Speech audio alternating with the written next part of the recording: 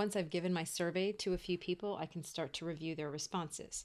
So here are my questions, and then there's a separate tab called responses. It looks like I've gotten 5 so far. So I'll click this, and I have 2 choices. I can look at them as a summary or as individual responses. I'll start by looking at the summary. This is going to show me how everyone answered question 1. It looks like 60% of the people chose cookies, 20% chose cake, and 20% chose pie. And there's a little key right there. Then, because this one was a short answer where people had to write in their answer, it's giving me all of their individual answers. Same with this one. This was a paragraph response, so I just read all of their responses in a line. This one, they were allowed to choose more than one, so I've got more responses here. There's only 5 people, but there's 2, 4, 6, 7, 8, 9 different responses. So this just shows how many people chose each one of those items as one of their 2 choices.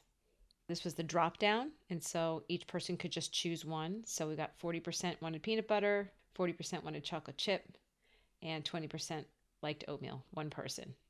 This one was one of the scaled 1 through 5 questions. So 3 people chose the number 3, one person chose 2, and one person chose 4. And that was where they hardly ever had dessert or had it almost every night. So that was how that score got distributed. This was the grid question where they had to look at those different events and choose which type of dessert they wanted at that event. So for birthday party, almost everyone chose cake, and for wedding. For movie night, the choices were a little bit more distributed, and for picnic and after school snack, they were split also.